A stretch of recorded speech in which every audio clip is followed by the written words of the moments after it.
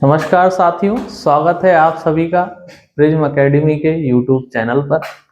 जैसा कि आप सभी जानते हैं कि इस वीडियो सीरीज के माध्यम से हम एमपीपीएससी मेंस को डिकोड करने का काम कर रहे हैं और ये जानने का प्रयास कर रहे हैं कि मेंस के सिलेबस को किन किन सोर्सेस से कवर किया जाए, उनमें किन टॉपिक्स को पढ़ना ज़्यादा इम्पोर्टेंट है और किस प्रकार से उनकी समझ डेवलप की जाए कि हम ज़्यादा से ज़्यादा मार्क्स को स्कोर कर सकें। तो आइए आज इस सीरीज के माध्यम से हम पेपर 1 पार्ट बी ज्योग्राफी के सिलेबस को डिस्कस करेंगे और जानेंगे कि क्या पॉसिबल सोर्सेस होने चाहिए और किस तरीके से हमें ज्योग्राफी को तैयार करना चाहिए। जैसा कि आप देख रहे हैं दोस्तों कि आयोग द्वारा हमें जो ज्योग्राफी का सिलेबस प्रोवाइड किया गया है उसमें यहाँ पे 5 यूनिट्स हैं।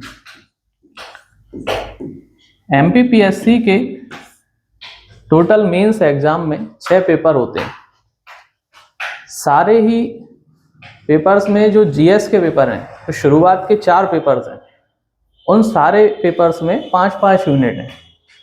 5-5 यूनिट में जो क्वेश्चन वाइज डिवीजन यदि मैं देखूं तो 2 मार्कर, 7 मार्कर और 11 मार्कर के क्वेश्चन आयोग द्वारा पूछे जाते हैं।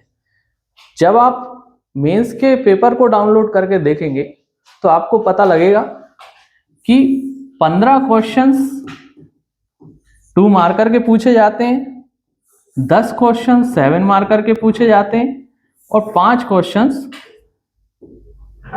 क्वेश्चंस 11 मार्कर के पूछे जाते हैं। अब जो 7 मार्कर के क्वेश्चन होते हैं दोस्तों और 2 मार्कर के क्वेश्चन होते हैं, उनमें हमारे पास कोई चॉइस नहीं होती है। उसमें एक डायरेक्ट क्वेश्चन आपको दिया जाएगा और आपको उसका उत्तर लिखना होगा। लेकिन जो 11 मार्कर के क्वेश्चन होते हैं उनमें हमारे पास 2 चॉइसेस रहती हैं, उनमें से हम कोई भी एक प्रश्न को चूज करके आंसर लिख सकते हैं। तो ये तो एक पैटर्न हुआ कि किस हिसाब से मेंस में क्वेश्चन पूछे जा रहे हैं। अब हमारे पास 5 यूनिट्स हैं। 5 यूनिट में आप देखो तो क्वेश्चन वाइज यदि मैं डिवीजन देखूं तो 2 मार्कर के क्वेश्चंस कितने आने चाहिए एक यूनिट से। यदि 15 क्वेश्चन पूछे जा रहे हैं तो एक यूनिट से 3 क्वेश्चन 2 मार्कर वाले आना फिक्स है। फिर इसके बाद 10 क्वेश्चन पूछे जा रहे हैं 7 मार्कर के, मतलब कि 2 क्वेश्चन 7 मार्कर के हर यूनिट से आना फिक्स है। इसके बाद 11 मार्कर में देखूं तो प्रत्येक यूनिट से एक 11 मार्कर का क्वेश्चन हमारे एग्जाम में देखा जाएगा। तो चलिए हम डिस्कस करते हैं आज ज्योग्राफी के लिए क्या सोर्सेस होने चाहिए और किस हिसाब से हमें उसको तैयार करना चाहिए मेंस के लिए। सबसे पहली यूनिट जो हम देख पा रहे हैं वो है भारत का भौगोलिक स्वरूप एवं जलवायु, physical features of India and climate of India. ठीक है, देखो दोस्तों, ज्योग्राफी ऐसा सब्जेक्ट है जो आप अच्छे से तैयार कर लोगे तो आपको प्रीलिम्स में ही उतना रिलेवेंट रहेगा और मेंस में भी रहेगा। और ज्योग्राफी का नॉलेज सबसे पहले यदि पीएससी या आप यूपीएससी या किसी भी ऐसे एग्जाम की तैयारी कर रहे हैं जिसमें जनरल स्टडीज पूछा जाता है, वहां आपको ज्योग्राफी का अच्छा नॉलेज होना बहुत ज्यादा जरूरी है। जब आपको ज्योग्राफी का नॉलेज अच्छा होगा तब आपका हिस्ट्री भी अच्छा होगा। ज्योग्राफी का नॉलेज अच्छा होगा तो आपका इकोनॉमिक्स भी अच्छा होगा। आपको ज्योग्राफी पता होगा, किसी भी स्टेट का किसी भी देश का ज्योग्राफी पता होगा, तब आपको पता लगेगा कि वहां की राज्य व्यवस्था, वहां की राजनीति, वहां के प्राकृतिक संसाधन सभी किस चीज पर डिपेंड करते हैं, किसी भी रीजन की ज्योग्राफी पर। इसीलिए ज्योग्राफी का नॉलेज होना हमें बहुत ज्यादा जरूरी है और बहुत ज्यादा रिलेवेंट होता है एक सिविल सर्वेंट के लिए। किसी भी रीजन की ज्योग्राफी का नॉलेज अपने दिमाग में रखना, ताकि कल को जाके जब वो प्रशासन में सिलेक्ट भी हो जाए तो आखिरकार किसी क्षेत्र में जाएगा, किसी क्षेत्र का अधिकारी बनेगा, वहां के क्षेत्रों के लिए योजनाएं बनाएगा, योजनाओं का क्रियान्वयन करेगा। तो ये सब वो कब अच्छे से कर पाएगा, जब उसके पास किसी क्षेत्र के भूगोल का अच्छा नॉलेज है। ठीक है, तो अब हम इसके सिलेबस को डिस्कस करते हैं। सबसे पहला पॉइंट आप देख रहे हैं, प्राचीन भारत में भौगोलिक ज्ञान। देखो दोस्तों, अभी सिलेबस चेंज हुआ था, 2024 में सिलेबस चेंज हुआ था। ये जो टॉपिक्स है geographical knowledge of ancient India, ये नया टॉपिक ऐड हुआ हमारे सिलेबस में। इसके लिए कोई अलग से किताब या कोई अलग से बुक तो नहीं आती है, लेकिन इसको आप डिफरेंट डिफरेंट सोर्सेज से कवर कर सकते हो। इसके लिए मैं आपको एक बहुत अच्छा सोर्स बता रहा हूँ जो मैंने प्रेफर किया। मैंने लास्ट टाइम 24 का जो मेंस दिया उसमें मैंने प्रेफर किया, और बहुत सारे मैंने भी वीडियोस वगैरह देखे। उनमें से जो मुझे सबसे अच्छा लगा, एक हिंद एकेडमी का यूट्यूब चैनल है, उस पर आपको इस टॉपिक का geographical knowledge of ancient India को आप सर्च करेंगे, आपको एक वीडियो मिलेगा, एक मैम है उनका वीडियो मिलेगा, आप उससे इस टॉपिक को तैयार करिए। ये टॉपिक बहुत अच्छे से उन्होंने कवर कराया है। और इसके बाद भी आपको यदि ऐसा लगता है कि कोई कमी रह जाती है, आप कोई नोट्स देखना चाहते हो, तो इसमें आप आई मैग्नस के नोट्स देखो। सफलता आईएएस और आई मैग्नस के नोट्स बहुत अच्छे हैं। इसमें जो कुलदीप सर की कोचिंग है, उनने जो स्टडी मटेरियल निकाला है इससे संबंधित, वो बहुत अच्छा है। इसके बाद दूसरा हमारा पॉइंट आता है भारत के प्राकृतिक भूभाग, जैसे हिमालय पर्वत, उत्तर भारत का विशाल मैदान और प्रायद्वीपीय पठार। ज्योग्राफी, जैसे ही हम ज्योग्राफी पढ़ना स्टार्ट करते हैं, यदि हम भारत के मैप को देखें, सबसे पहले हमें क्या दिखता है? ऊपर हिमालय है, फिर नीचे आएंगे तो मैदानी भाग आएगा, फिर और नीचे आएंगे तो दक्कन का पठार आएगा, कोस्टल रीजन आएंगे, फिर समंदर आ जाएगा। तो जैसे ही एक किसी देश के मानचित्र पे हमारी नजर पड़ी, तो सबसे पहले हमने क्या देखा कि भाई वहां पे कौन कौन से फिजिकल फीचर्स हैं। तो इनको वही बोला जाता है कि major physiographic physical division of India. हम इंडिया के बारे में पढ़ रहे हैं, इसलिए हम इंडिया के फिजिकल फीचर्स पढ़ेंगे। तो ये सारे टॉपिक्स इसमें हम देखेंगे। फिर इसके बाद major hills, plateaus, rivers and lakes. देखो, जो पहाड़ियां, पठार, नदियां और झीलें, ये 2 मार्कर और 7 मार्कर के लिए बहुत इंपॉर्टेंट होती हैं। डायरेक्ट आपको एक नदी का नाम दे देंगे, 7 मार्कर में लिख दिया नर्मदा रिवर। अब आपको 7 मार्कर में इसके ऊपर लगभग 10-11 लाइन्स आपको लिखनी है। तो आपको नर्मदा रिवर के बारे में, उसका ओरिजिन कहाँ से होता है, उसकी लंबाई कितनी है, फिर वो किस महासागर में जाके मिलती है, उसके अराउंड कौन कौन से तीर्थ स्थल हैं, उसके अराउंड कोई बड़ी इकोनॉमिक एक्टिविटी हो रही है, कोई बड़ी आर्थिक क्रिया का केंद्र है उसके आसपास। इसके बाद हम उसको मैप के द्वारा हमारे आंसर राइटिंग में दर्शाएंगे। तो इस तरीके से हमको इन सारी चीज़ों को पढ़ना है। इसके बाद ये जो टॉपिक है, ये इक्वली रिलेवेंट हो जाता है। ये तो पूरी ही यूनिट इक्वली रिलेवेंट हो जाती है हमारे प्रीलिम्स में भी। आप प्रीलिम्स में जाओगे, जहां अपने भारत का भूगोल वाला जो यूनिट है, यदि मैं गलत नहीं हूं तो शायद यूनिट 4 है, तो उसमें आप देखोगे कि लगभग यही सिलेबस दे रखा है आयोग ने हमें। तो यहाँ हमारे पास एक एक्स्ट्रा बेनिफिट है मेंस में कि भाई हम ये जो यूनिट है, ये यूनिट हम प्री और मेंस दोनों में कंबाइंडली साथ में पढ़ सकते हैं। इसके बाद वही, आप कोई भी व्यक्ति जब पीएससी के लिए, यूपीएससी के लिए ज्योग्राफी पढ़ना स्टार्ट करेगा, तो ये बेसिक होता है। फिर इसके बाद भारत की मिट्टियां, भारत की जलवायु, ऋतुएं, तापमान, वर्षा, मानसून की उत्पत्ति, जेट स्ट्रीम, जलवायु की घटनाएं, एल नीनो, ला नीना, दक्षिणी दोलन, पश्चिमी विक्षोभ, हिंद महासागर। ठीक है, अब इसमें आप देख रहे हो, ठीक है, ये सॉइल्स हुए, क्लाइमेट हुए, और ये जो 2 पॉइंट हुए, क्लाइमेटिक सीजन टेम्परेचर वाला और क्लाइमेटिक फिनोमेना, ये बहुत इंपॉर्टेंट है। यहां से सबसे ज्यादा जो संभावना रहती है दोस्तों, वो रहती है इस वाले पॉइंट से 11 मार्कर के क्वेश्चन बनने की, क्योंकि इसमें काफी ज्यादा स्कोप है। जैसे एल नीनो ही है, एल नीनो ला नीना को लेके बच्चों में बहुत कंफ्यूजन रहता है कि ये मतलब किस तरीके की भौगोलिक घटना है जो जलवायु को, भारत की जलवायु को अफेक्ट करती है। एल नीनो जब होता है तब भारत की जलवायु पर क्या प्रभाव पड़ता है, प्रतिकूल प्रभाव पड़ता है या अनुकूल प्रभाव पड़ता है, फिर ला नीना होता है तब क्या प्रभाव पड़ता है। तो इस तरीके से इन सारी चीजों को हमें मैप के साथ तैयार करना है। Geography is all about mapping. सबसे पहले आपको भारत का और मध्य प्रदेश का मैप बनाना अच्छे से प्रैक्टिस कर लेना है, जिसके द्वारा आप किसी भी क्वेश्चन में, आपका आधा काम मैप से हो जाएगा। मेरी बात मानो, आप अच्छे से इंडिया का मैप, जहां एमपी का क्वेश्चन है वहां एमपी का मैप बना के आओ, इंडिया का क्वेश्चन इंडिया का मैप बना के आओ, आधा काम आपका वहीं हो जाएगा। इवेल्युएटर को आपके क्वेश्चन के आंसर को बहुत ज्यादा पढ़ने की जरूरत भी नहीं पड़ेगी, यदि आप अच्छे से मैपिंग से ही आप अपनी चीजों को दर्शा के आ जाते हो। तो इसमें हमें सोर्सेस क्या फॉलो करने हैं, ठीक है। हिंदी मीडियम में यदि मैं देखूं तो महेश कुमार बर्णवाल की एक बुक आती है। अब महेश कुमार बर्णवाल की एक एमपी जीके की भी बुक आती है, लेकिन इसमें एक इनकी भूगोल की सेपरेट बुक आती है। हिंदी में भी है और शायद इंग्लिश में भी आती है, दोनों मीडियम्स में है। आप महेश कुमार बर्णवाल की इसकी बुक प्रेफर करो। उसमें बहुत अच्छे से पूरा ज्योग्राफी दे रखा है। ये सारे टॉपिक्स, पहले टॉपिक को छोड़ के ये सारे टॉपिक आपको उसमें मिल जाएंगे। उससे अच्छे से अपने नोट्स बनाओ, नोट्स को तैयार करो और उनको अच्छे से मगअप करो, अच्छे से मेमोराइज करो। और मोस्ट इंपोर्टेंट जो मैं बार बार इस पूरे वीडियो में कहूंगा कि आप अच्छे से नीट एंड क्लीन वे में मैप बनाना सीखो इंडिया का और मध्य प्रदेश का। ये काम आपको आज से ही शुरू कर देना चाहिए।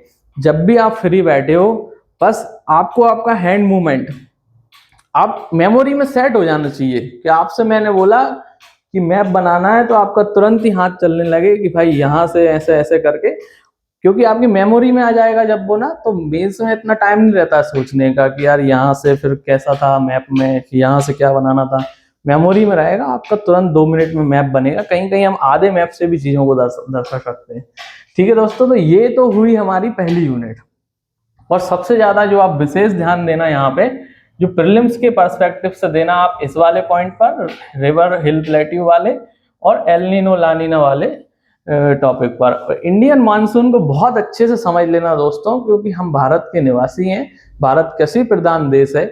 यहाँ पे आधे से ज्यादा जनसंख्या कृषि के ऊपर निर्भर है। तो हमें पता होना चाहिए हमारा मानसून कैसे हमारी कृषि को अफेक्ट करता है और कैसे हमारी आर्थिक गतिविधियों को प्रभावित करता है।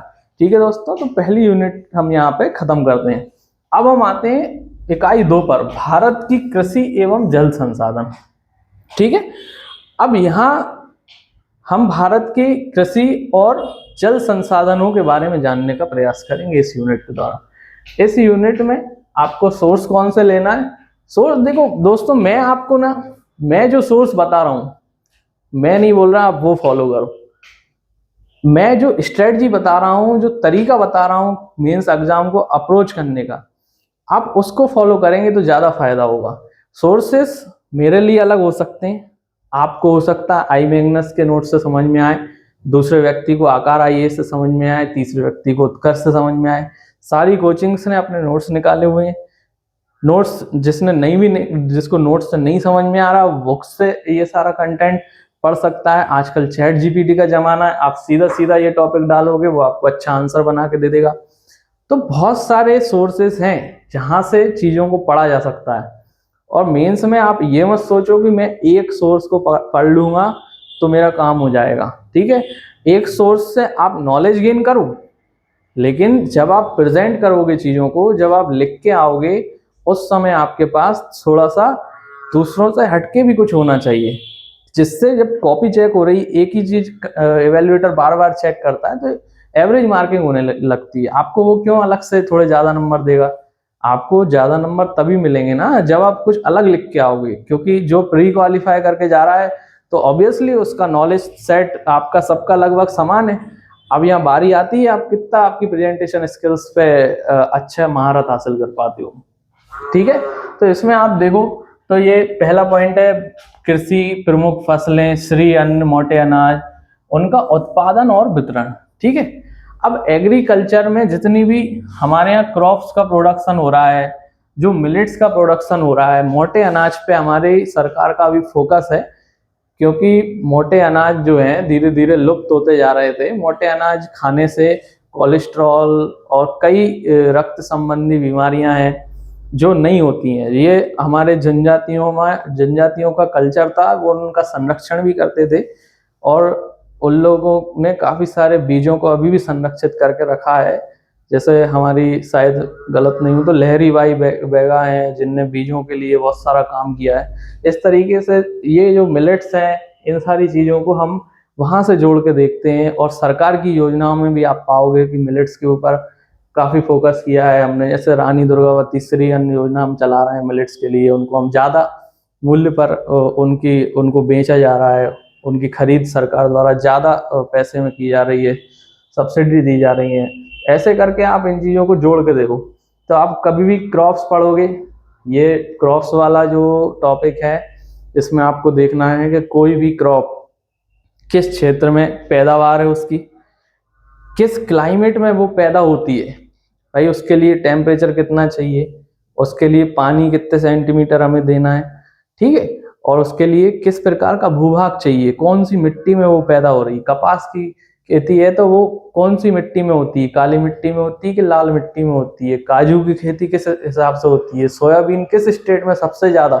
फिर हमें रैंकिंग देखनी है कि टॉप 5 प्रोड्यूसिंग स्टेट कौन से हैं। आपको 2 मार्कर में डायरेक्ट पूछ लेंगे कि राइस का प्रोडक्शन इंडिया में टॉप 3 राइस प्रोड्यूसिंग स्टेट्स के नाम लिखो, ठीक है। तो इसमें आपको थोड़ा सा इकोनॉमिक सर्वे का भी हेल्प लेना है, क्योंकि इकोनॉमिक सर्वे में कितना प्रोडक्शन हुआ क्रॉप्स का और उनमें किस स्टेट में कितना प्रोडक्शन और उनकी रैंकिंग ये बताई जाती है। तो इस हिसाब से आपको अपने आंसर को, अब देखो वही बात आ गई, मैं अभी क्या बोल रहा था कि एक व्यक्ति होगा जो सिर्फ क्रॉप्स को पढ़ के चला जाएगा कि गेहूं का प्रोडक्शन यहाँ होता है, इस टेम्परेचर पे होता है, ये उसकी कंडीशंस हैं। लेकिन दूसरा व्यक्ति कहाँ से जाएगा, उसने वो तो पढ़ ही लिया, वो तो प्री में भी पढ़ के आया है, लेकिन उसके आंसर को कैसे बताएगा वो। According to economic survey 2024-25 the top 3 most producing state of wheat, और जो टॉप 3 स्टेट रहे जिनमें गेहूं का प्रोडक्शन रहा, तो वो ऐसे बताएगा। थोड़ा बहुत वो फिगर्स भी याद कर लेगा कि इंडिया ने इतने टन गेहूं, इतने टन चावल पैदा किया। ऐसे करके आप अपना आंसर अच्छा बनाओगे। ये जो फैक्ट्स आपके तैयार होंगे ये आपको मेंस में टॉपर बनाएंगे, ठीक है। तो इस हिसाब से इस पॉइंट को तैयार करना। फिर इरिगेशन, देखो ये सारे टॉपिक्स हमारे प्री में भी हैं। इरिगेशन क्या होता है, सिंचाई। अब सिंचाई की जो विभिन्न विधियां होती हैं वो अच्छे से पढ़ लेना। 4-5 विधि हैं, स्प्रिंकलर विधि और बहुत सारी अलग अलग टाइप की जो अभी अब तो हम ड्रोन से भी सिंचाई करते हैं। कई सारी जो नई नई टेक्निक्स आई हैं, है ना, वो सारी टेक्निक्स इसमें देख लेना। टाइप्स ऑफ इरिगेशन क्या क्या है। फिर सोर्सेज ऑफ इरिगेशन, मतलब सिंचाई हम किन किन माध्यम से, भारत में सिंचाई किन किन माध्यम से होती है, नदियों के माध्यम से, तालाबों के माध्यम से, नहरों के माध्यम से, कुओं के माध्यम से, ठीक है। तो ये सारी चीजें इसमें देखना है। फिर जो इसमें सबसे ज्यादा इंपॉर्टेंट है वो है बहुउद्देशीय परियोजनाएं, मल्टीपर्पस प्रोजेक्ट्स। मल्टीपर्पस प्रोजेक्ट्स क्या होते हैं, आप जो भी मेरा वीडियो देख रहा है, जिस भी जिले से आता है, देश के जिस भी कोने से आता है, उसके आसपास कोई ना कोई डैम होगा। जब कोई डैम बनाया जाता है दोस्तों, उसे हम मल्टीपर्पस प्रोजेक्ट क्यों बोल रहे हैं। सीधा सीधा सिलेबस में ये भी लिख सकते थे कि डैम के बारे में पढ़ो। मल्टीपर्पस प्रोजेक्ट उसे इसलिए बोला जा रहा है क्योंकि डैम सिर्फ जल की आपूर्ति का काम नहीं करता है, सिर्फ वो सिंचाई के लिए नहीं बनाया जा रहा। उस डैम से वहां बैक वाटर्स में मछली पालन भी किया जा रहा है, उस डैम से बिजली भी बनाई जा रही है, उस डैम से सिंचाई भी की जा रही है। और भी कई ऐसे इलाके हैं जहां हो सकता है उस डैम के द्वारा कोई और भी आर्थिक गतिविधि का संचालन। मान लो किसी उस डैम के आसपास कोई टापू है, जैसे हमारे हनुवंतिया में टूरिज्म स्पॉट डेवलप करा है, नौकायान हो रहा है, वहाँ पैराग्लाइडिंग हो रही है, रिवर राफ्टिंग हो रही है, तो वहाँ रिक्रिएशनल स्पॉट भी बनाए जा रहे हैं और वाटर सेंचुरीज भी बनाई जा रही हैं जिनमें घड़ियालों का, बतखों का, अलग अलग जलीय जीवों का संरक्षण किया जा रहा है। तो इसीलिए इसे बहुउद्देशीय परियोजना कहा जाता है। मैं क्या बोल रहा हूँ कि आप सिलेबस के एक एक पॉइंट को, जो भी बच्चा अच्छे से 360 डिग्री एनालिसिस कर लेगा, उसका मतलब जान लेगा, मेरी गारंटी है कि वो टॉप 10 में आएगा। और अच्छे से यदि उसने अपना प्रेजेंटेशन कर दिया एग्जाम में जाके, उसे कोई टॉप 10 में आने से नहीं रोक सकता, क्योंकि ये चीजें आपको इंटरव्यू में हेल्प करेंगी। इंटरव्यू में ऐसे ही प्रश्नों में फंस जाता है व्यक्ति, और नहीं पूछ लिया मल्टीपर्पज प्रोजेक्ट क्या होते हैं, क्यों हम इसको मल्टीपर्पज बोल रहे हैं, तो यहाँ जवाब देना मुश्किल हो जाएगा, ठीक है। अब क्वेश्चन आता है फूड सिक्योरिटी, तीसरा पॉइंट है हमारा, खाद्य सुरक्षा, ग्रीन रेवोल्यूशन, हरित क्रांति, द्वितीय हरित क्रांति, सतत कृषि के लिए रणनीतियां, सस्टेनेबल एग्रीकल्चर। ठीक है, यही पूरी यूनिट जो है ये एग्रीकल्चर से रिलेटेड है, एग्रीकल्चर, इरिगेशन, वाटर, रिवर्स। ठीक है, ये इसी यूनिट का एक्सटेंशन है, बस उसे हमने अलग से एक यूनिट में ले लिया है। ठीक है, अब फूड सिक्योरिटी क्या होती है? खाद्य सुरक्षा। अब हमारे देश में हम रह रहे हैं, हमारे देश की आबादी कितनी ज्यादा है भाई? 121 करोड़ थी 2011 में, अब तो ज्यादा हो गई है, अभी सेंसस होने वाला है। तो अब इतनी बड़ी आबादी के लिए अनाज उपलब्ध कराना, कैसे हम उसको स्टोर कर रहे हैं फूड सिक्योरिटी में, हम जैसे हमने हमारा ऑर्गेनाइजेशन है बहुत सारे, FSSAI है ना, इस तरीके की जो चीजें हैं ये फूड सिक्योरिटी के लिए काम करती हैं। ये हमारे गोडाउन्स बनाती हैं, फिर APMC मंडी होती है, एग्रीकल्चर प्रोड्यूस मार्केटिंग कमेटी, वहाँ किसान जाके अपनी उपज को सेल करते हैं, फिर MSP पे चीज़ों को बेचा जाता है। ये सारी चीज़ें फूड सिक्योरिटी के अंदर ही आती हैं। ठीक है, और हमारी गवर्नमेंट फूड सिक्योरिटी एक्ट भी लाई, उसके अंदर हम 2 योजनाएं चलाते हैं, है ना, जिसमें अंत्योदय अन्न योजना और एक टारगेटेड डिस्ट्रीब्यूशन भी हम इसमें करते हैं गरीबों के लिए। तो इस हिसाब से फूड सिक्योरिटी वाला टॉपिक आप कवर करना। ग्रीन रेवोल्यूशन हम सब जानते हैं, MS स्वामीनाथन जी को, अभी उनको हमने भारत रत्न भी दिया है, तो ग्रीन रेवोल्यूशन पे क्वेश्चन आना तो बहुत लाजमी हो जाता है। फिर strategies for second green revolution, second green revolution का जो कंसेप्ट है वो 2000 में आया। तो इसमें हमने जो नई नई जैसे इंटरनेट ऑफ थिंग्स का यूज करना, ड्रोन टेक्नोलॉजी का यूज करना, ये सारी चीजें इसमें, इनके दोनों के आप आंसर आप ChatGPT पे डालोगे, चाहे आप हिंदी मीडियम हो चाहे इंग्लिश मीडियम, मैं नहीं कहूंगा कि आप इसमें डायरेक्ट ट्रेडिशनल बुक से पढ़ लो कोई भी चीज, आप इसमें आराम से अपने हिसाब से आंसर्स फ्रेम करो, ChatGPT का यूज करो, परप्लेक्सिटी AI का यूज करो। देखो हम युवा हैं यार, हम इतना मोबाइल दिन भर बैठ के इंस्टाग्राम फेसबुक चला रहे हैं, उसका हम पॉजिटिवली यूज कर सकते हैं। मैंने अपने नोट्स में कई आंसर्स ऐसे हैं जो मुझे डायरेक्टली बुक्स में नहीं मिल रहे हैं, आप बिल्कुल उस पर डालिए, ChatGPT पे आप डालिए कि भाई इतने वर्ड्स लिमिट में मेरे को इसका आंसर लिख के दो, वो आपको आंसर बना के देगा। आप उसको बार बार बोलिए कि भाई चलो मेरे को ये पॉइंट सही नहीं लग रहा, इसको सुधारो, इसकी लैंग्वेज आसान करो, इसमें मुझे फ्लो चार्ट बना के दो, मुझे इसमें डायग्राम बना के दो, आपके लिए सारा काम करेगा। जब सुविधा है ही हमारे पास तो हमें उसका इस्तेमाल करना चाहिए। फिर लास्ट पॉइंट है इसमें conservation, augmentation of water resources, मतलब रेन वाटर हार्वेस्टिंग। फिर हमें भाई अब हमने जल संसाधनों का इतना ज्यादा उपयोग कर लिया है तो हमें इनका संरक्षण भी करना पड़ेगा। तो उसके लिए हमने इसमें राष्ट्रीय जल नीति, इस तरीके की चीजें, है ना। फिर वर्षा जल संरक्षण, रेन वाटर हार्वेस्टिंग, जल संरक्षण के तरीके, नदियों को आपस में जोड़ना। अब देखो इंटरलिंकिंग ऑफ रिवर्स, अब ये हमारे लिए मध्य प्रदेश के छात्रों के लिए सबसे ज्यादा इसलिए इम्पोर्टेंट हो जाता है, भारत की एकमात्र जो रिवर इंटरलिंक प्रोजेक्ट है हमारी केन बेतवा, क्योंकि उसका काम चल रहा है, उसके लिए अमाउंट सैंक्शन हो चुके हैं, उसके कारण इश्यूज भी क्रिएट हो रहे हैं। पन्ना टाइगर रिजर्व का कुछ एरिया उसमें जा रहा है, तो ये काफी हाईलाइटेड रहता है। तो इसको, ये इशू कहाँ से चालू हुआ, इसमें कौन सी कमेटी बनी, कब इसके लिए कैबिनेट ने मंजूरी दी, कितना फंड इसको दे रहे हैं हम, ये सारी चीजें आप इसमें याद रखो। इसका एक डायग्राम बनाओ कि भाई यहाँ से रिवर बेतवा रिवर है, यहाँ से केन रिवर है, इस स्पॉट पे जाके इनको मिलाएंगे, इससे किन किन मध्य प्रदेश के कितने जिलों को, और ये किन 2 राज्यों की संयुक्त परियोजना है ना। आप मेरे को कमेंट में बताओगे इनसे किन 2 राज्यों को फायदा होगा। तो इस तरीके से इन चीजों को पढ़ो आप। फिर वाटर कंजर्वेशन की जो मेथड्स हैं, अलग अलग राज्य में अलग अलग तरीके से जल का संरक्षण किया जा रहा है। जब आप प्री के सिलेबस में जाओगे तो वहां आपको एक टॉपिक मिलेगा कि traditional methods of water conservation. ये क्वेश्चन आपको 2 मार्कर में पूछा जाता है। जैसे जोहाद होती है, जोहाद क्या है? एक ट्रेडिशनल मेथड है, एक परंपरागत तरीका है वर्षा के जल का संरक्षण करने का, जिसमें जैसे झालराज हैं, तो ये राजस्थान में जो टैंक बनाए जाते हैं, अलग अलग तरीके के डिफरेंट स्ट्रक्चर्स होते हैं, सिविल स्ट्रक्चर्स होते हैं, जिनके द्वारा वर्षा के जल का संरक्षण किया जाता है। तो वो हम इसमें पढ़ेंगे। रेन वाटर हार्वेस्टिंग हम बचपन से पढ़ते आ रहे हैं। अब रेन वाटर हार्वेस्टिंग में यहाँ हमें 10वीं वाला आंसर नहीं लिख रहा, 10वीं बार भी में आपने एक घर बना दिया, पानी गिर रहा है, नल लगा दिया। अब इसमें थोड़ा आप एक पर्सपेक्टिव डालो ठीक है, आप इसमें ये चीज डालो कि भाई एक सिविल सेवा का अभ्यर्थी इस चीज को कैसे देख रहा है। अब आप इसमें फिर आपने जनरल डिस्क्रिप्शन तो कोई भी बच्चा दे देगा कि भाई ऐसा हम एक पिट बनाएंगे, फिर पानी को डाइवर्ट कर देंगे, ग्राउंड वाटर रिचार्ज हो जाएगा।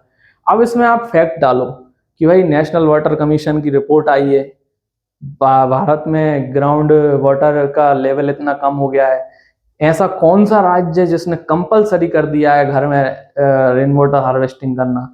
फिर भारत में कितने आने वाले किस दशक में पानी की बहुत ज्यादा कमी हो जाएगी, और उसमें एक अपना विजन प्रोवाइड करोगे कैसे हम इस टेक्निक को अपने राज्य पे कैसे इसको धरातल पर उतार सकते हैं। ये सारी चीजें आप इसमें देखो। तो ये एक अधिकारी के ट्रेट होते हैं। आप कोई कर्मचारी के लिए ये बनने के लिए एग्जाम नहीं दे रहे हो। आपको मध्य प्रदेश सरकार क्यों सिलेक्ट करेगी, क्यों आयोग आपको भेजेगा सरकारी विभाग में, ताकि जो योजनाएं सरकार बना रही है, सरकार योजना का प्रस्ताव रखती है, अधिकारी योजना बनाते हैं और फिर अधिकारी ही उनका क्रियान्वयन कराते हैं। ठीक है, तो इसलिए आपको पहले से ही ऐसी सोच को डेवलप कराया जाता है।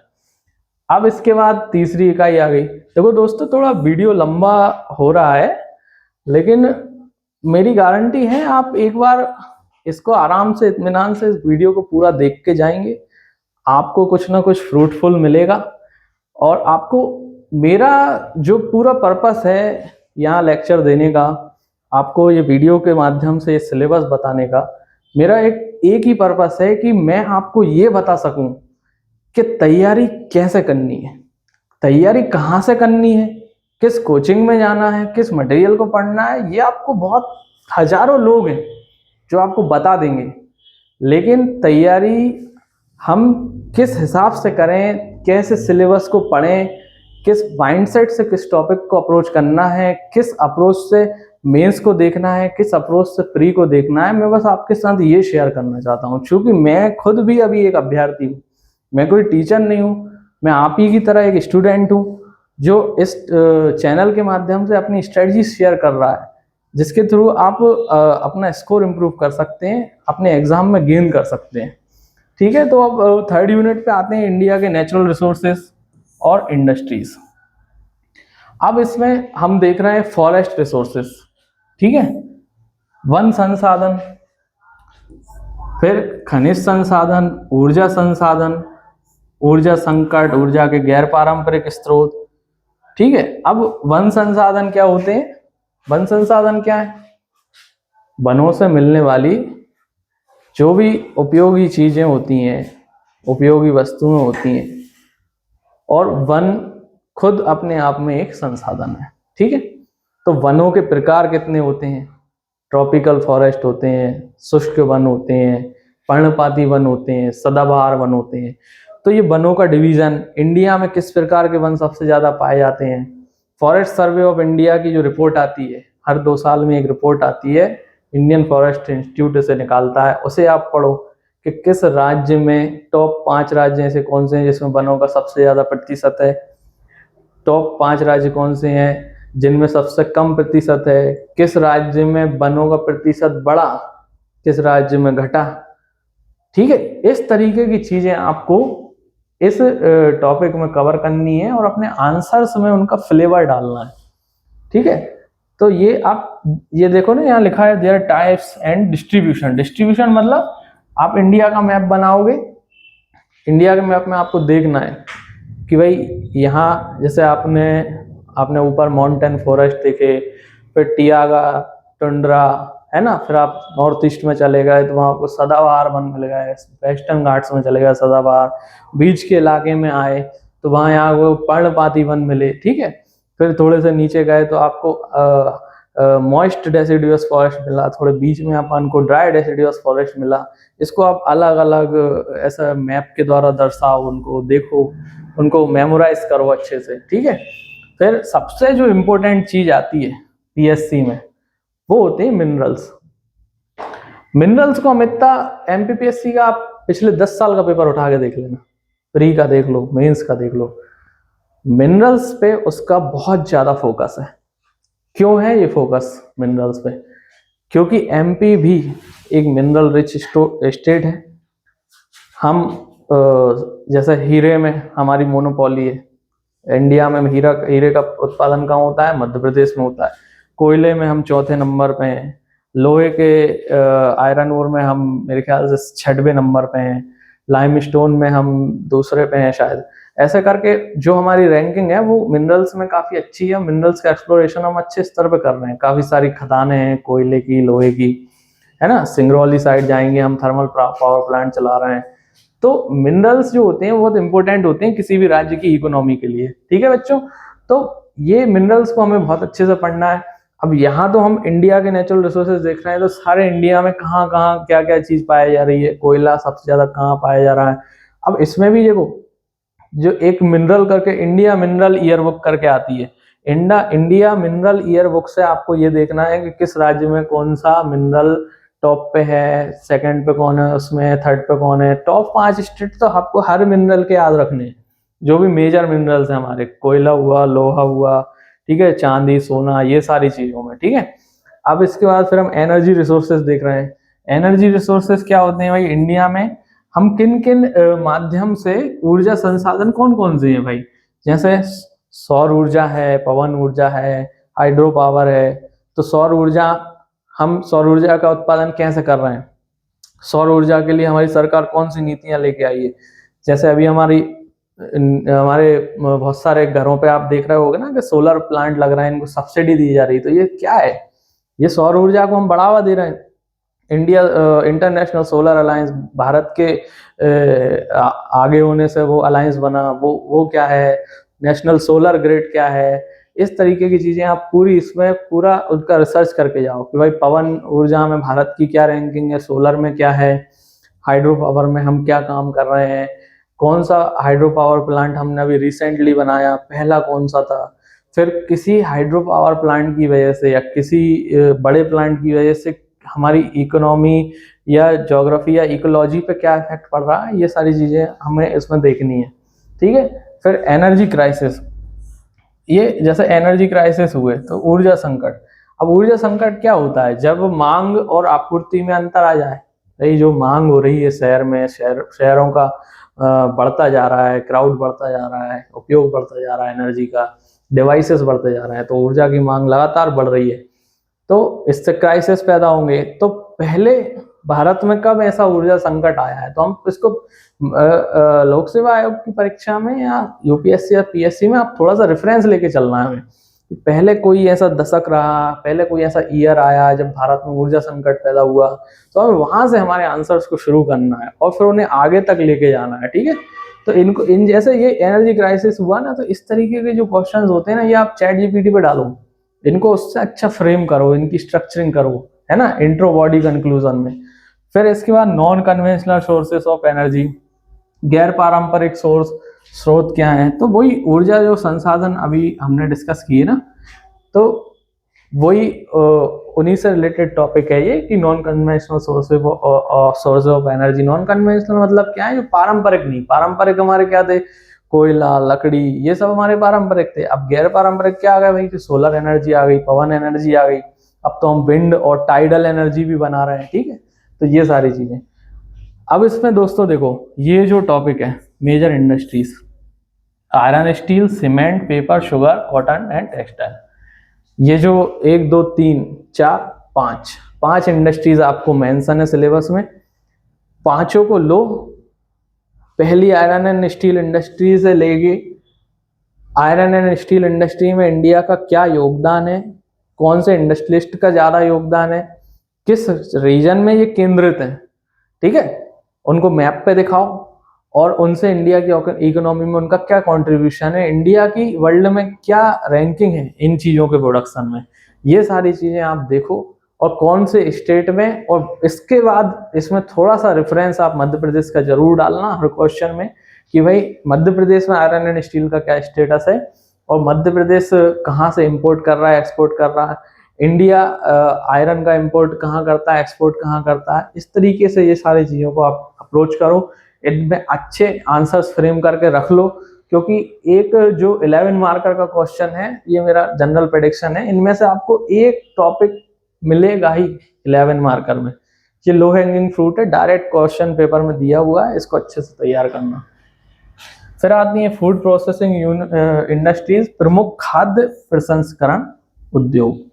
खाद्य प्रसंस्करण क्या होता है कि जब हम रॉ मटेरियल को इंडस्ट्री में प्रोसेस करके और मार्केट में भेजते हैं तो उसे हम बोलते हैं फूड प्रोसेसिंग। जैसे मैंने अपने खेत में टमाटर लगाए, फिर मैंने उसे एक इंडस्ट्री के पास भेजा, उनने उस टमाटर की बढ़िया ग्रेडिंग करी, उसमें से अच्छे टमाटर छांटे, उनको अपने फॉर्मूले से उनमें से सॉस बनाया, उनको इंडस्ट्री में सॉस बनाया, पैक करके बेचा। तो ये क्या हो गई, एक चेन बन गई। तो ये होती है फूड प्रोसेसिंग इंडस्ट्रीज। तो ये हमारे सभी के घर के आसपास फूड प्रोसेसिंग इंडस्ट्रीज पाई जाती हैं। ये जनरली एमएसएमई में कैटेगराइज होती हैं, इसलिए हमारे सिलेबस में डाली गई हैं, क्योंकि अब हमारा देश जो है कृषि अर्थव्यवस्था से जो है इंडस्ट्रियल अर्थव्यवस्था में ट्रांसफॉर्म हो रहा है। वहां सबसे ज्यादा योगदान किसका होगा, एमएसएमई का, मतलब मध्यम एवं लघु उद्योगों का। ठीक है, तो ये फूड प्रोसेसिंग इंडस्ट्रीज के बारे में हमें अच्छे से पढ़ना है। ये क्वेश्चन आपको 7 मार्कर और 11 दोनों में ही इक्वली रिलेवेंट है और ये बहुत अच्छा क्वेश्चन है। आप सबसे पहले इंट्रो दो, फूड प्रोसेसिंग इंडस्ट्रीज क्या होती हैं, फिर इसके बाद आप बताओ कि भाई सरकार इनको बढ़ावा देने के लिए क्या कर रही है, सरकार की क्या योजनाएं हैं इनको लेके, और इनसे क्या लाभ होगा, इनके क्या इनको स्थापित करने में क्या चैलेंजेस जा रहे हैं हमको, है ना। ये सारी चीजें बताओ और किन चीजों पे इनकी निर्भरता है और हमें किन चीजों का ड्रॉबैक इनमें देखने को मिल रहा है। ठीक है, ये सारी चीजें। हाँ, तो इसमें सोर्सेस यदि हम देखें तो इस वाले टॉपिक में आप ज़्यादा मत भटकना, इसमें आप आई मैग्नस के नोट्स देख लेना, सफलता आईएएस के, है ना, उनने अच्छा इसमें कंटेंट दिया है, सफलता आईएएस वालों ने। ये वाली यूनिट सफलता आईएएस की अच्छी है, आप उसमें से देख लेना, नोट्स बना लेना। और ये आप यदि वो महेश कुमार बर्णवाल की बुक ले रहे हो, वो वाली बुक परचेस कर रहे हो या कहीं से अरेंज करके आप उससे भी पढ़ रहे हो, तो आपको उसमें भी ये टॉपिक्स मिल जाएंगे। सिर्फ शायद ये फूड प्रोसेसिंग वाला टॉपिक उसमें ना मिले और ये एनर्जी क्राइसिस वाला, ये 2 टॉपिक आपको ट्रेडिशनल बुक में नहीं मिलेंगे, बाकी ये सारे टॉपिक आपको मिल जाएंगे। ज्योग्राफी का सिलेबस थोड़ा सा ऐसा है दोस्तों, इधर उधर दिया गया है, आपको थोड़ा सा व्यवस्थित करके अपने नोट्स बनाने पड़ेंगे। ठीक है, अब अपन आ गए यूनिट 4 पे। यूनिट 4 में देखो क्या है, आपदाएं और तकनीकें। अब चूंकि ज्योग्राफी है, ज्योग्राफी में ज्योग्राफिकल एक्टिविटीज होती हैं, मानसूनी गतिविधियां होती हैं, उनका प्रभाव पृथ्वी पर प्रतिकूल भी पड़ता है, अनुकूल भी पड़ता है। फिर जब प्रकृति अपना रौद्र रूप दिखाती है तो आपदाएं होती हैं, तो आपदाओं के बारे में भी हमें पढ़ना पड़ेगा। तो यहाँ हम पढ़ेंगे कि क्या प्राकृतिक आपदाएं, भूकंप, सुनामी, सूखा, बाढ़, ओलावृष्टि, ये जितनी भी आपदाएं दी हैं। देखो पीएससी के सिलेबस में जो बहुत सारे पॉइंट एक साथ दे दें आयोग वाले, तो आप समझ जाना कि वहां से 2 मार्कर का क्वेश्चन बहुत आसानी से बनेगा। अब आपको डायरेक्ट वो पूछ लेंगे 2 मार्कर में, सुनामी, ओलावृष्टि, है ना, ओलावृष्टि, hello storm, fog, cloud burst, ये 2 मार्कर में ये सीधे क्वेश्चन आएंगे। आपको 20-30 शब्द इसमें लिखने पड़ेंगे। तो थोड़ा सा अच्छी डेफिनेशंस इनकी कि भाई भूकंप क्या होता है, डायरेक्ट डेफिनेशंस मत लिखो। 2 मार्कर में जो डेफिनेशन लिखना है ना, वो रेफरेंस से लिखना है कि भाई अकॉर्डिंग टू कोई ऑर्गेनाइजेशन हो, इंटरनेशनल मान लो कोई आपदा से रिलेटेड कोई ऑर्गेनाइजेशन हो, या फिर हम नेशनल डिजास्टर मैनेजमेंट एक्ट है हमारा, उसमें इन चीज़ों की डेफिनेशंस दी होंगी कि जब बादल फटना है, जैसे बादल फटना है या क्लाउड बस्ट है, उसे हम कब कहेंगे, जब 1 घंटे में 100 mm से ज़्यादा बारिश हो जाएगी तो हम बादल फटना कहेंगे, है ना। तो इस तरीके की डेफिनेशंस हैं, उनको पहले हमें कोट करना पड़ेगा कि भाई according to this act, according to water resource institute, according to WHO, according to UN, है ना, according to India mineral year book, ऐसे करके आप जब आंसर लिखोगे, आंसर्स को फ्रेम करोगे, तो आपके आंसर्स में एक अधिकारी लेवल की झलक दिखेगी, एक तैयारी की सटीकता दिखेगी, कि भाई आप एक ऑथेंटिक नॉलेज लेके आए हो, आपको पता है कि ये चीज़ कहाँ दी गई है, आप उसके रेफरेंस में बात कर रहे हो। क्योंकि ऊपर के जो लेवल होते हैं, ऊपर का लेवल मतलब हायर लेवल्स पे जो बातचीत होती है, जो डेलीगेशन लेवल पे काम होता है, जो पॉलिसी के लेवल पे काम होता है, वो हवाबाजी में नहीं होता है। उसके लिए आपको रेफरेंस दिया जाता है। रेफरेंस में बात की जाती है कि भाई आपको कोट अनकोट करना पड़ेगा कि ये चीज मैंने वहां से ली है, वहां ऐसा दिया गया है।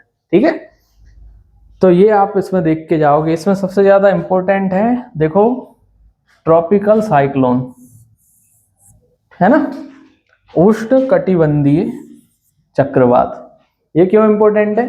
ये प्री में भी इंपॉर्टेंट है, ये मेंस में भी इंपॉर्टेंट है। अभी आप लास्ट 2 साल के प्री का पेपर देखो, वहां चक्रवात जोड़े गए हैं और चक्रवातों से संबंधित 1-2 क्वेश्चन आते ही हैं, प्री में भी आएंगे और मेंस में भी। यदि वो टॉपिक आपके सिलेबस में है तो वो पूछा जाएगा कभी ना कभी। यदि इस साल नहीं आया तो नेक्स्ट ईयर 100% आएगा। तो ट्रॉपिकल साइक्लोन के लिए क्या कंडीशंस होती हैं, किन कंडीशंस में वो पैदा होते हैं, किस क्षेत्र को वो प्रभावित कर रहे हैं, और उसके लिए उसके प्रतिकूल प्रभाव से बचने के लिए हम क्या कर रहे हैं, हम हमारे तटों के इलाकों की कैसे सुरक्षा कर रहे हैं, उनके लिए हम क्या आपदा मित्र बना रहे हैं, या कोई हमने डिजास्टर के लिए मॉडल विलेज बनाया। उड़ीसा साइड के तट जो है बहुत ज्यादा प्रभावित हो जाए। फिर इससे क्वेश्चन आ जाएगा ट्रॉपिकल साइक्लोन में 2 मार्कर में, है ना, जैसे मिचोंग। अब वो डायरेक्ट 2 नंबर दे देंगे। मिचोंग, मिचोंग क्या है? फिर आप लिखोगे एक ट्रॉपिकल साइक्लोन है, ये भारत के अरेबियन या बे ऑफ बंगाल तट को इसने प्रभावित किया। फिर इसका नाम इस कंट्री ने दिया, है ना। इंटरनेशनल जो ट्रॉपिकल साइक्लोन के लिए कोई ऑर्गेनाइजेशन है, या जैसे वर्ल्ड मीटरोलॉजिकल ऑर्गेनाइजेशन है, उसके जो बहुत सारे देश हैं उनने मिलकर एक कार्टेल बनाया है, वो इसका हर देश अलग अलग नाम बेचता है ट्रॉपिकल साइक्लोन्स के, वो आपको देखना है। फिर इसके बाद दूसरा टॉपिक आता है पर्यावरण प्रदूषण। हम बचपन से देखते आ रहे हैं सारे, हमने 6-7 क्लास से पर्यावरण प्रदूषण के बारे में पढ़ा जाना। ठीक है, तो प्रदूषण के बारे में तो कंसेप्ट प्रदूषण का वही है, आप वायु, जल, मिट्टी, भूमि, है ना, उनका नियंत्रण, रोकथाम, प्रदूषण। ठीक है, ये सारी चीजें आप जनरल कहीं से भी पढ़ोगे आपको मिल जाएंगी। इनमें बस आंसर की स्ट्रक्चरिंग हमें अच्छे से करनी है। प्रदूषण क्या है, उसके कारक क्या हैं, किस क्षेत्र को प्रभावित करता है, फिर ये वातावरण को प्रभावित कर रहा है, वो तो कर ही रहा है, फिर मानव की हेल्थ को कैसे प्रभावित कर रहा है, ठीक है, इंडोर एनवायरनमेंट को कैसे प्रभावित कर रहा है, इसके मेन कारक कौन से हैं, वायु प्रदूषण में सबसे ज्यादा हार्मफुल क्या होता है, ये सारी चीजें देखना है। फिर इसके बाद इनमें सबसे ज्यादा जो, ये तो बहुत ही ओपन टॉपिक्स हैं, इन पे रोज पेपर में इनके बारे में लेख, इनके बारे में रिपोर्ट्स छपती रहती हैं, वहां से आप पेपर का एडिटोरियल पढ़ते रहो। यदि आप लास्ट टाइम में भी देख रहे हो, 1 महीने के पेपर की PDF सर्च करोगे, कहीं ना कहीं से आपको डाटा मिलने लगेगा कि भाई प्रदूषण की रोकथाम के लिए हम क्या कर रहे हैं। कोई सी बड़ी रिपोर्ट आई है तो उसने क्या बताया है कि भाई ग्राउंड वाटर में आर्सेनिक का कंटेंट पाया जा रहा है, फ्लोराइड पाया जा रहा है, वायु प्रदूषण में क्या लेवल है, उससे PM2.5 PM10 के लिए कैसे हम एक्शन प्लान बना रहे हैं। जैसे दिल्ली का इशू है वायु प्रदूषण का, बहुत ज्यादा हाईलाइटेड रहता है, तो उसमें हम GRAP, graded response action plan, तो वो सीधा आपको 2 मार्कर में ग्रैप भी लिख के दे सकता है। भाई ग्रैप क्या है, ग्रैप 4.0 नॉर्म्स हमने अभी लागू करे हैं, डायरेक्ट 7 मार्कर में पूछ लेगा। तो इनको सिर्फ डेफिनेशन के तौर पे या सिर्फ इतना नहीं बता के जाना है कि ये प्रदूषण, वायु का प्रदूषण वायु प्रदूषण कहलाता है, वायु में अनावश्यक तत्वों की मात्रा की उपस्थिति वायु प्रदूषण कहलाती है। उसमें एलिमेंट डालना, उसमें फ्लेवर डालना। फ्लेवर कहाँ से डालेगा?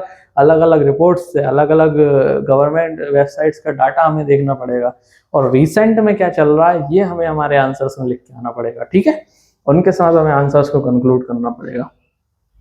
फिर दूसरा एक टॉपिक है इसमें, भारत में जनसंख्या वृद्धि, ठीक है, ग्रामीण शहर विकास। अब जो सेंसस वाला जो टॉपिक है ना दोस्तों, सेंसस मध्य प्रदेश के एग्जाम में, MPPSC के एग्जाम में हाईली रिलेवेंट माना जाता है, क्योंकि प्री में आप देखो हर साल सेंसस से क्वेश्चन पूछते हैं। हर साल ऐसा कोई सा भी साल नहीं गया जब सेंसस से क्वेश्चन ना आए हो। कभी कभी बहुत अच्छे लेवल के क्वेश्चन आ जाएंगे, कभी बहुत बेसिक आ जाएंगे, लेकिन आएंगे जरूर। तो सेंसस आपको मध्य इंडिया का अभी तो खैर 2027 में होगा, अभी तो 2011 वाला ही पढ़ना है हमको। 11 वाला सेंसस अच्छे से याद कर लेना, ठीक है। फिर थोड़ा सा उसका ये जैसे इन्होंने पॉइंट दिया ना, संसाधनों पर जनसंख्या का दबाव, ठीक है, तो ये सारे ऐसे जो पॉइंट है ना, इनको चैट जीपीटी पे डाल दिया करो कि भाई जनसंख्या का दबाव किस प्रकार से संसाधनों पे पड़ रहा है, क्या उनका नेगेटिव प्रभाव पड़ रहा है, उनको उन चैलेंजेस को हम कैसे टैकल करेंगे, ठीक है। फिर ग्रामीण शहरी प्रवास, तो जो रूरल और अर्बन माइग्रेशन हो रहा है कि भाई इंडिया में कितने माइग्रेंट हैं, कि भाई 50 करोड़ है, 60 करोड़ है, जो इधर से उधर माइग्रेट होते रहते हैं। फिर गांव से शहर में कितने परसेंट लोग माइग्रेट हो रहे हैं, शहर से गांव में कितने परसेंट लोग माइग्रेट हो रहे हैं, ठीक है। इस तरीके की आपको रिपोर्ट्स वगैरह कहीं ना कहीं डाटा आपको नेट पे अवेलेबल मिलेगा, ये सारे टॉपिक तैयार करना। फिर भूगोल में उन्नत तकनीकें, सुदूर संवेदन, जीआईएस, जीपीएस और इनके प्रयोग, उपग्रहों के प्रकार, ये भी पीएससी का एक फेवरेट टॉपिक है। यहां से आपको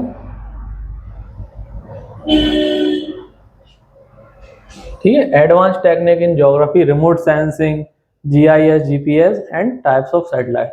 देखो पीएससी ने आपको डायरेक्ट दे रखा ना, GIS, GPS, type of satellite, ये सीधे सीधे उठाओ और इनको याद कर लो। इनका एक पेज का बढ़िया नोट बना लो, ऐसा बना लो कि जी 11 मार्कर में आ जाए तब भी आप लिख दो, 7 पे आ जाए तब भी लिख दो। और पीएससी तो यहाँ तक इनको 2 मार्कर में भी सीधा जीआईएस, जीपीएस की डेफिनेशन पूछ लेगा, ठीक है। फिर टाइप ऑफ, कितने टाइप के सैटेलाइट होते हैं, ठीक है, ये सब आप इसमें अच्छे से कवर करके जाना, तो ये वाली यूनिट आपकी अच्छे से कवर हो जाएगी, ठीक है। तो इसमें अपन ने देखा कि पेपर क्या कहते हैं, इकाई 4 के लिए आपको सोर्सेस क्या रखने, तो आप ये जो डिजास्टर वाले जो टॉपिक हैं ये तो आपको वर्णवाल में भी मिल जाएंगे। इनको आप, मैं तो कहूँगा चाहे आप हिंदी मीडियम के हो चाहे इंग्लिश मीडियम के हो, आप इन टॉपिक्स को डायरेक्ट उस पर डालो, नेट पे डालो। जैसे आपने डाला अर्थक्वेक्स, दृष्टि आईएएस के आर्टिकल्स डले हुए हैं, आपको सीधा उसमें एक आर्टिकल खुल जाएगा। सबसे पहले मेरे ख्याल से दृष्टि का ही आता है। जैसे आप ट्रॉपिकल साइक्लोन में जाओगे तो दृष्टि का जो लेख डला रहता है, आप उसे पीडीएफ में भी कन्वर्ट कर सकते हो। वो जो जिस हिसाब से जो इन्फॉर्मेशन और जो फैक्ट्स वो कवर करते हैं वो बहुत अच्छे होते हैं। उधर से आप अपने नोट्स बना लो इस वाले टॉपिक्स के, तो ये बहुत अच्छे से आपके नोट्स कवर हो जाएंगे, ठीक है। फिर इसके बाद जनसंख्या तो आप कहीं से भी पढ़ सकते हो, है ना। पर्यावरण प्रदूषण, ये आपको वर्णवाल में मिल जाएंगे, डिफरेंट बुक्स में, नोट्स में मिल जाएंगे, ठीक है। इसमें आप सफलता आईएएस के इसमें भी नोट्स अच्छे हैं, आकार के भी अच्छे हैं, आप इसमें उत्कर्ष के भी नोट्स देख सकते हो, है ना, जो भी आपको अच्छा सोर्स लगे। ज्योग्राफी में आप ज्यादातर कोशिश करना, आपको ज्यादातर टॉपिक आप सर्च करोगे ना नेट पे आपको मिल जाएंगे, क्योंकि अब मैं नहीं चाहता कि आप एक ही बुक का मटेरियल लिख के आ जाओ। आप उसमें से नेट पे सर्च करो, उसको थोड़ी डाइवर्स करो उसको, क्योंकि ज्योग्राफी के लिए इतनी सारी चीजें हैं ना, क्योंकि लगभग ज्योग्राफी सबका अच्छा रहता है, तो उसमें थोड़ा सा हमें फ्लेवर डालना पड़ेगा, ठीक है। अब इसके बाद हम देख रहे हैं इसमें 5वीं यूनिट, लास्ट यूनिट पे आ गए हैं दोस्तों। 5वीं यूनिट है ज्योग्राफी ऑफ मध्य प्रदेश, मध्य प्रदेश का भूगोल। सब आपकी फेवरेट यूनिट है, इसमें आपको बहुत ज्यादा मेहनत नहीं करनी पड़ेगी। मध्य प्रदेश का भूगोल आप जो प्री में पढ़ के जा रहे हो सेम टू सेम पूरे के पूरे टॉपिक वही है, बस आप प्री में पूरे फैक्ट पढ़ के चले जाते हो, पूरे के पूरे फैक्ट पढ़ लेते हो, आप कौन सी नदी कहाँ से निकल रही है, लंबाई कितनी है, उसकी सहायक नदियां क्या है। इसमें थोड़ा सा उसे बढ़ाओ, इसमें उसका विस्तार करो, ठीक है। आप कोई भी टॉपिक इनमें से पढ़ रहे हो तो उसको हमें ऐसे तैयार करना है कि 7 मार्कर 11 मार्कर के हिसाब से उसमें क्या क्या चीजें हम डाल सकते हैं, ठीक है, उस हिसाब से उसको तैयार करके जाओ उस टॉपिक को। इस वाली यूनिट को बहुत अच्छे से कर लेना, ये फेवरेट यूनिट होती है बच्चों की, और इसमें अच्छे से आप आंसर लिख के आ सकते हो। ये यूनिट अच्छे से तैयार कर लोगे तो आपको प्री में भी बहुत अच्छे से काम आएगी, क्योंकि वहां भी 10 क्वेश्चन एमपी की ज्योग्राफी से आने ही है। तो इसमें पहला टॉपिक हम देख रहे हैं मेजर फिजियोग्राफिक डिवीजन। आपको जो 7 मार्कर में पहला क्वेश्चन मिलेगा वो इसी टॉपिक से मिलेगा। आप 2 साल के पेपर देख लो, 3 साल के देख लो, सबसे पहला डायरेक्ट 7 नंबर में देंगे मालवा प्लेट्यू। अब मालवा प्लेट्यू में हमें क्या बताना है, सबसे पहले उसकी भौगोलिक स्थिति बताएंगे कि वो कहाँ है, मध्य प्रदेश में कहाँ है, उसको ग्राफ में बना के हम मानचित्र में बताएंगे कि भाई ये वाला एरिया मालवा प्लेट्यू कहलाता है। फिर उसमें कौन कौन से रीजन आ रहे हैं, फिर वहाँ की प्रमुख नदी कौन सी है, फिर वहाँ पे कोई इम्पोर्टेंट फसल का उत्पादन, कौन सी फसल का उत्पादन हो रहा है, वहाँ की जलवायु कैसी है। इस तरीके से हम इसको 7 नंबर के हिसाब से, 11 नंबर के हिसाब से इसको पूरा होलिस्टिकली तैयार करेंगे इस टॉपिक को। ऐसे ही हम सारे ये प्लेट्यू और जो हमारा फिजिकल डिवीजन है मध्य प्रदेश का, वो पूरा तैयार करेंगे। जितने भी टॉपिक लिखे हैं, मालवा प्लेट्यू, मध्य भारत का प्रताप, विंध्याचल, बुंदेलखंड, बघेलखंड, नर्मदा वैली, सतपुड़ा, इन सबको जोड़ दिया जाए तो हमारे मध्य प्रदेश का निर्माण होता है। तो इन सबको आप अच्छे से एक एक दो पेज के नोट सारे टॉपिक के अलग से बना लेना, तो आपका ये बहुत अच्छे से तैयार हो जाएगा। फिर वही same to same major rivers आ गई, उनकी ट्रिब्यूटरी आ गई। मध्य प्रदेश लोक सेवा आयोग बहुत पसंद करता है नदियों के बारे में पूछना, उनकी ट्रिब्यूटरीज के बारे में पूछना। तो मध्य प्रदेश की जो भी बड़ी नदियां हैं वो सारी बहुत अच्छे से तैयार करना, वो कहाँ से निकलती हैं, कहाँ को जाती हैं, उनके किनारे पे कौन से तीर्थ स्थल हैं, उन पे कौन से डैम बने हुए हैं, उनकी सहायक नदियां कौन सी हैं, वो किसी नेशनल पार्क से होकर गुजर रही हैं तो वो हमें देखना है। उस नदी में किसी विशेष जलीय जीव या किसी प्रकार की चीज का संरक्षण किया जा रहा है तो ये हमें याद रखना है। फिर हम देख रहे हैं मध्य प्रदेश का क्लाइमेट, मध्य प्रदेश का क्लाइमेट कैसा है, अलग अलग रीजन में अलग अलग थोड़ा थोड़ा वेरिएशन हमें क्लाइमेट का देखने को मिलेगा, वो हम देखेंगे। फिर उत्तर में टेम्परेचर कैसा रहता है, दक्षिण में कैसा रहता है, पूरब में, पश्चिम में टेम्परेचर में क्या वेरिएशन है, ये सारी चीजें हमको पढ़ के जानी है। रेनफॉल कितने mm, 112 mm हमारे रेनफॉल का एवरेज है, तो सबसे ज्यादा बारिश किस क्षेत्र में होती है। फिर मध्य प्रदेश का क्लाइमेट किस जलवायु की घटना से प्रभावित होता है। जैसे एल नीनो का हो रहा है तो मध्य प्रदेश की जलवायु पर उसका क्या प्रभाव पड़ रहा है। मान लीजिए अरब सागर में कोई चक्रवात आ रहा है तो हमारे जलवायु पे क्या प्रभाव डालेगा वो। हमारे मध्य प्रदेश में मानसून की घटना किस प्रकार से घटित होती है, मानसून कहाँ से हमारे मध्य प्रदेश में प्रवेश करता है, सबसे पहले हमारे मध्य प्रदेश में किस इलाके में बारिश होती है, मध्य प्रदेश का ऐसा कौन सा रीजन है जहाँ ज्यादा बारिश होती है, और ऐसा कौन सा रीजन है जहाँ बहुत कम बारिश होती है या सूखे जैसी स्थिति पड़ती है। ये सारी चीजें आप इसमें पढ़ के जाना। फिर इसके बाद सॉइल्स वाला टॉपिक है। सॉइल्स, मध्य प्रदेश में काली मिट्टी कहाँ पाई जा रही है, फिर उस इलाके में किस फसल का उत्पादन किया जा रहा है, मिट्टी का मान लो इरोजन हो रहा है, मिट्टी के चरण के संबंधित कोई समस्या उस क्षेत्र में पैदा हो रही है, वो हमें देखनी है। तो ये सारे टॉपिक आप इसमें सॉइल्स ऑफ मध्य प्रदेश वाले टॉपिक में आप पढ़ के जाना। इसमें दे ही रखा है हमने सॉइल इरोजन, डिस्ट्रीब्यूशन टाइप्स, है ना कि भाई प्रकार, मृदा का अपर्दन और मृदा के संरक्षण के लिए हम क्या कर रहे हैं। अब मध्य प्रदेश में हमारी सबसे ज्यादा जनजातियां भी हैं, जनजातियों का भी बहुत बड़ा रोल होता है। हर रीजन में कोई ना कोई जनजाति पाई जाती है और जनजाति बहुल रीजन है, वहां पे वो कोई ना कोई हमारी ट्रेडिशनल मेथड को भी अपना रहे होते हैं कृषि की किसी भी प्रकार से। तो यदि वो मृदा से संबंधित कोई संरक्षण की विधि अपना रहे हैं उसे आप मेंशन करो आंसर में, आपको ज्यादा मार्क्स मिलेंगे। ठीक है, इसको भी मैप बना के याद रखो कि भाई इस इलाके में काली मिट्टी है, यहाँ लाल है, यहाँ छिछली काली है, यहाँ गहरी काली है। ठीक है, फिर मध्य प्रदेश की नेचुरल वेजिटेशन, मतलब मध्य प्रदेश की वनस्पति, वनों के प्रकार वितरण। अब मध्य प्रदेश में कौन कौन से प्रकार के वन पाए जाते हैं, सतपुड़ा क्षेत्र में कौन से वन पाए जा रहे हैं, सतपुड़ा के उत्तर में कौन से हैं, दक्षिण में कौन से हैं, विंध में कौन से हैं, है ना, बुंदेलखंड में किस प्रकार के वन उपज है। ठीक है, अब वन उपज में हम देखें तो जैसे तेंदुपत्ता का हम प्रोडक्शन बहुत ज़्यादा करते हैं, फिर गोंद होता है हमारे यहाँ, इलायची होती है। ये जो ट्रेडिशनल जो फॉरेस्ट ड्वेलर्स होते हैं, जो हमने फॉरेस्ट राइट एक्ट लाया 2005 में, उनको हमने अधिकार दिया इस एक्ट के थ्रू कि भाई आप जो भी वन से इकट्ठा कर रहे हो, वन संसाधन इकट्ठे कर रहे हो, इनको हम उचित मूल्य पर आप बेच सकते हो, इससे आपकी जीविका चला सकते हो। इनसे संबंधित हम योजना लाए, सरकार इनसे कौन सी योजना लाई कि भाई चरण पादुका योजना लाई कि भाई जो तेंदुपत्ता संग्राहक होते हैं उन लोगों को हमने चप्पल वगैरह बांटी। इस तरीके से इनसे संबंधित जो भी चीजें हैं ये अच्छे से पढ़ के जाना। और वनों के बारे में विशेष मध्य प्रदेश में कौन सा जिले में सबसे ज्यादा वन है, टॉप 5 जिले सबसे ज्यादा वन वाले कौन से हैं, टॉप 5 जिले सबसे कम वन वाले, प्रतिशत के हिसाब से कौन से हैं, क्योंकि ये 2 मार्कर में इस तरीके के पूछ लेगा आपसे। तो जो नेशनल रिपोर्ट आती है जो इंडियन फॉरेस्ट इंस्टीट्यूट की, फॉरेस्ट सर्वे ऑफ इंडिया, उसमें स्टेट वाइज डाटा भी रहता है, उससे आप ये सारी चीजें कवर करो। ठीक है, फिर इसके बाद मध्य प्रदेश की फसलें, सिंचाई और सिंचाई परियोजना, जो अभी मैंने इंडिया की ज्योग्राफी में भी आपको बताया। आप इंडिया की फसलों को जिस हिसाब से कवर कर रहे हो वैसे ही आप मध्य प्रदेश की फसलों को कवर करो। उसमें आप देखो कि भाई कौन सी फसल का प्रोडक्शन कहाँ हो रहा है और मध्य प्रदेश का उस फसल की प्रोडक्शन में क्या योगदान है, उसको फसल को प्रोडक्शन करने के लिए किन ज्योग्राफिकल कंडीशंस की, भौगोलिक परिस्थितियों की आवश्यकता है। ठीक है, फिर इसके बाद इरिगेशन देखो, इरिगेशन मतलब मध्य प्रदेश में सिंचाई के लिए हम क्या क्या साधनों का उपयोग करते हैं, सबसे ज्यादा सिंचाई किस साधन के द्वारा की जा रही है, सबसे ज्यादा सिंचाई के लिए हमने किस संसाधन का उपयोग किया है। जैसे मध्य प्रदेश में सर्वाधिक जो सिंचाई होती है वो ट्यूबवेल के माध्यम से की जाती है।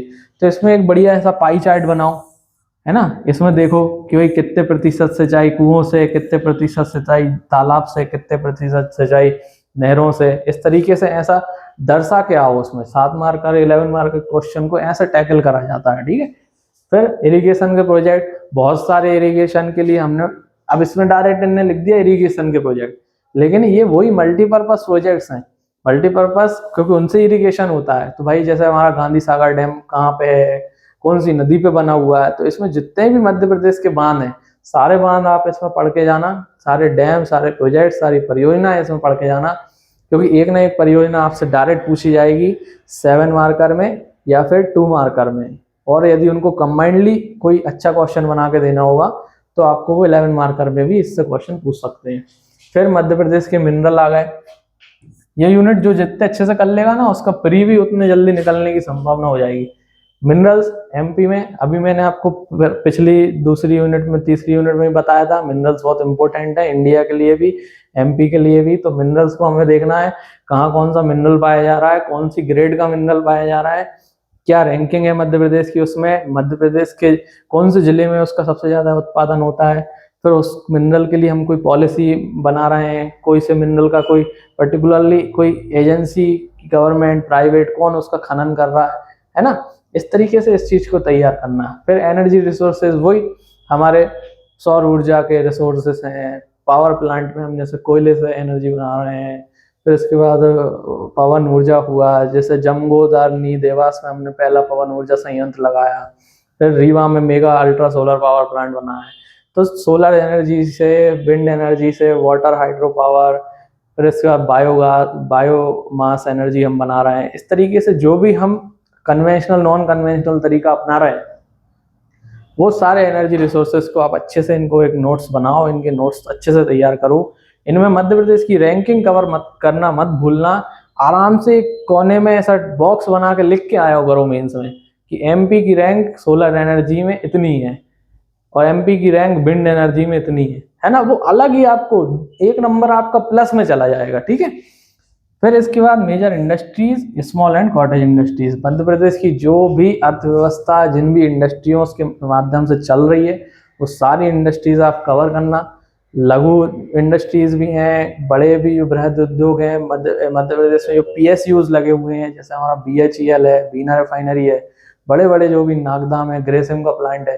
तो जो भी रीजन वाइज आप देखोगे किस क्षेत्र में किस प्रकार के इंडस्ट्रीज का कंसंट्रेशन ज्यादा है। पेपर एंड पल्प की इंडस्ट्रीज हैं, तो भाई वो शेड्यूल वाले इलाके में क्यों है, वहां पे ऐसा क्या मिल रहा है कि यहाँ पे इंडस्ट्री लगी हुई है। जैसे हम रीवा सतना साइड सीमेंट की इंडस्ट्री देखते हैं, तो वहां वो क्यों है, क्योंकि वहां पे लाइमस्टोन मिलता है, वहां चूना पत्थर मिलता है। तो इस हिसाब से ज्योग्राफी से कनेक्ट करके इंडस्ट्रीज की तरफ हम जाएंगे, उनकी लोकेशन देखेंगे, उनमें हमारा स्थान क्या है, सीमेंट प्रोडक्शन में मध्य प्रदेश का क्या स्थान है, मध्य प्रदेश कितने टन सीमेंट का प्रोडक्शन कर रहा है, उससे वहां की ज्योग्राफी पर क्या प्रभाव पड़ रहा है, वहां की लोकलाइट्स पर क्या प्रभाव पड़ रहा है ना, उसने हमारी अर्थव्यवस्था में कितना योगदान दे रखा है, ये सारी चीजें देखेंगे। फिर देखो ये टॉपिक यहाँ पे आ गया, population growth, distribution and urbanization. अभी वहां भी हमने देखा था जनसंख्या वाला टॉपिक, ये जो टॉपिक था ये इंडिया के पर्सपेक्टिव में था दोस्तों। अब ये जो लास्ट में जो टॉपिक है ये मध्य प्रदेश के पर्सपेक्टिव में है। इंडिया की जब आप सेंसस पढ़ रहे हो वहां आपको सिर्फ स्टेट वाइज चीजें देखना है, बहुत ज्यादा डिटेल में नहीं जाना है। लेकिन जब आप मध्य प्रदेश का सेंसस पढ़ोगे, इसे थोड़ा डेप्थ में पढ़ना, इसे अच्छे से पढ़ना कि भाई कहाँ कौन से स्टेट, कौन से डिस्ट्रिक्ट में कितना लिटरेसी रेट है, कितनी पॉपुलेशन वहाँ पर राइज हुई, टॉप 5 पॉपुलेशन वाले स्टेट, जिनमें पॉपुलेशन ग्रोथ सबसे ज़्यादा हुई, जिनमें नेगेटिव ग्रोथ हुई, वो इस तरीके से सारी सेंसस को पढ़ के जाना प्री में भी इक्वली रिलेवेंट है। इसके लिए एक वन एंड ओनली सोर्स मैं जो बहुत अच्छा मानता हूँ, जिससे मैंने भी पढ़ा और आप भी पढ़ के देखना, इसमें उत्कर्ष ने एक बुक निकाली थी मध्य प्रदेश की ज्योग्राफी करके मेंस के लिए, वो बहुत अच्छी है। इसके बाद आप इसमें सफलता आईएएस के नोट्स भी पढ़ सकते हो, इसमें आकार के भी नोट्स हैं। इसके बाद आप इस टॉपिक को, पूरे के पूरे टॉपिक को, यदि आप एमपी जीके की वर्णमाला की बुक पढ़ रहे हो, परीक्षा धाम की बुक पढ़ रहे हो, या फिर आप इसमें तथ्यवान की बुक पढ़ रहे हो, पूरे के पूरे टॉपिक आपको उसमें मिल जाएंगे। आप इनके अच्छे से नोट्स तैयार करो और अच्छे से पूरे ज्योग्राफी का सिलेबस पढ़ो। तो दोस्तों, आज हमने इस वीडियो के माध्यम से जाना कि हमें पेपर 1 पार्ट बी ज्योग्राफी को कैसे तैयार करना है, इसमें कैसे क्वेश्चन आते हैं, किन किन टॉपिक्स पर फोकस करना है। तो अच्छे से पढ़ाई करिए और अच्छे से तैयार करिए। कोई भी टॉपिक में आपको डाउट लग रहा है तो आप कमेंट करिए, अगली वीडियोस में मैं उन्हें कवर करने का प्रयास करूंगा। आप ऐसे कोई टॉपिक्स पे वीडियो चाहते हैं जिनमें आपको टफ जा रहे हैं, कोई कठिनाई आ रही है, उनमें हम आगे आपको हेल्प करने का प्रयास करेंगे। तो जुड़े रहिए प्रिज्म एकेडमी के यूट्यूब चैनल से। Thank you.